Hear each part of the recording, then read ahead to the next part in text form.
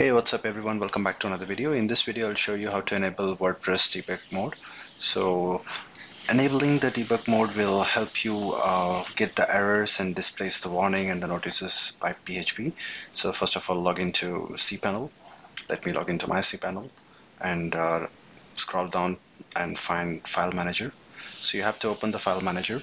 Once the File Manager is opened, just access public_HTML because that's where all your website files are. And under public_HTML, find this file wp-config. Right click and click on edit.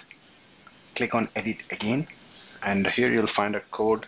So you have to scroll down and find this option wp debug, define wp debug. So here it says false. You have to change this to true. So let me change this to true and click on save changes. And once these changes are saved, you can go back to your website and it will start showing you if there are any errors with the logs or any PHP errors or warnings, so you can troubleshoot them. So that's how easy it is. If you want more videos, you can check out my channel. I have a dedicated playlist on cPanel and WordPress. Thank you so much for watching. I'll see you in the next one. Bye bye.